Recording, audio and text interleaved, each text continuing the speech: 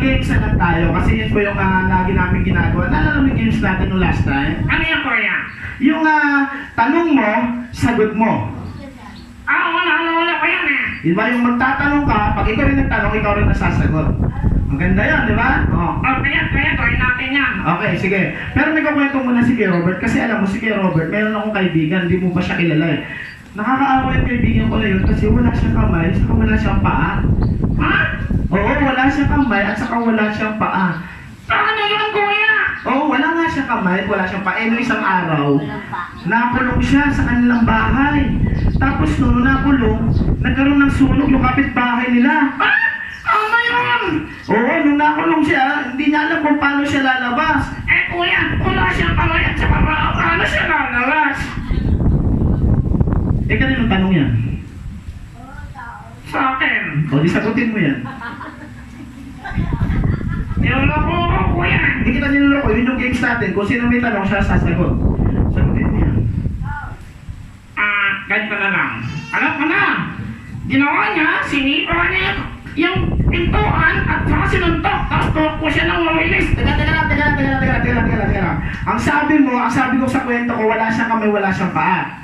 Paano niya sinuntok? Tapos tumakbo pa siya ng matulin. Kuya, kaninong tanong yan?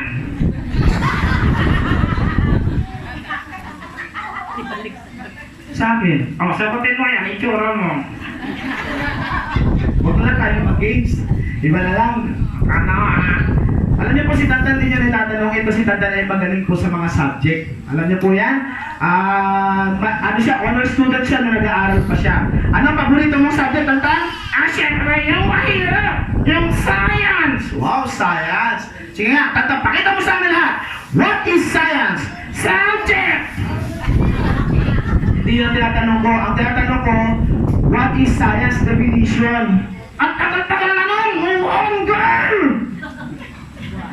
Alam mo ba yung branches ng science? Hindi na tayo ng branches yan. Doon lang yan sa school namin. Hindi, mayroong branches yun. Hindi ko pa nakukuntahan.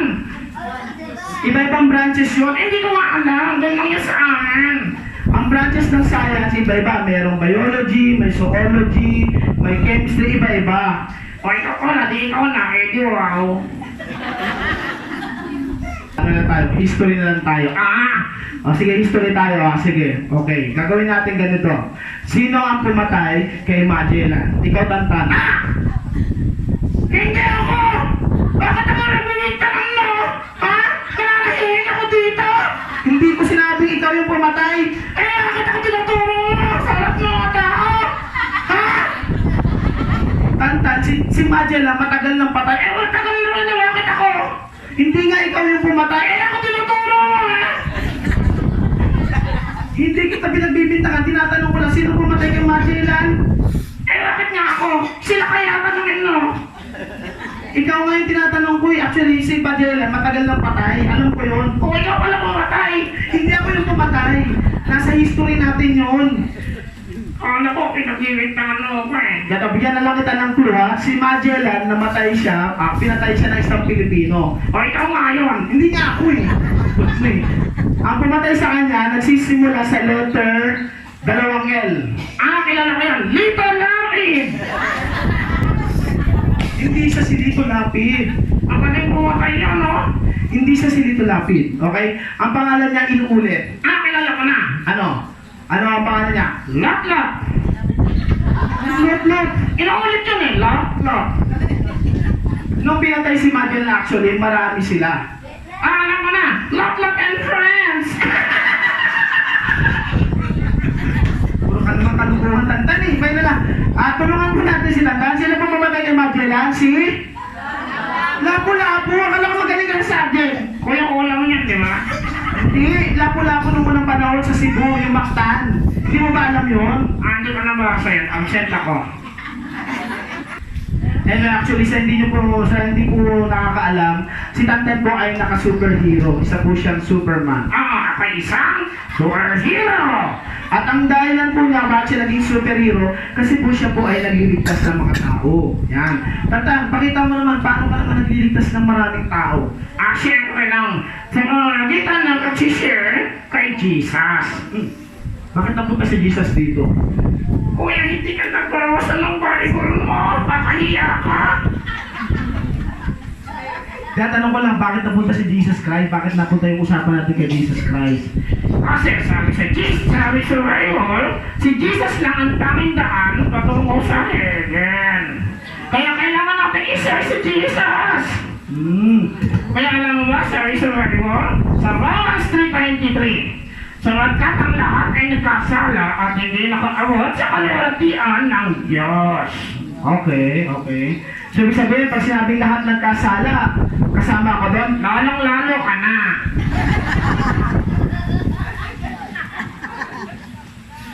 Talaga ako talaga. Oo naman, no? Kakatsura mo. So, kasama rin kaya sila? Kasama sila, kuya. Eh, ikaw! Hindi ako tao.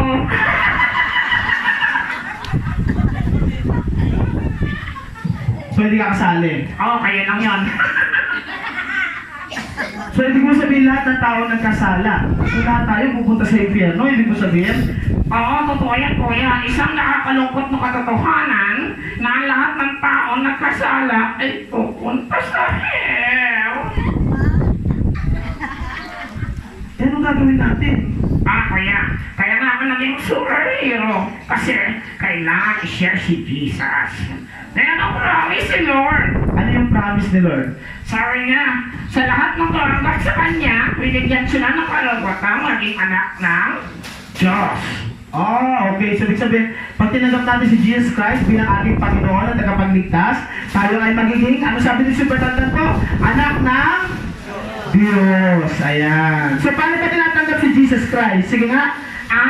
Lang kuya. Una, tanggapin mo na siya ay namatay para sa iyong kasalanan. Una-una, tanggapin mo na ikaw ay ang kasalanan. Okay. Alam ko naman na makasalanan. Alam namin lahat yun. Ako, sinasabi ko yun sa akin. Ako naman, tatanggap ko naman na ako ay makasalanan. O ano pa kasunod? Naniwala tayo na siya ay namatay sa krus para sa ating mga kasalanan. Para bayaran ang ating kasalanan. Okay. At pagkatapos, ano pa? Naniwala tayo na siya ay nabuhay ulit para sa atin.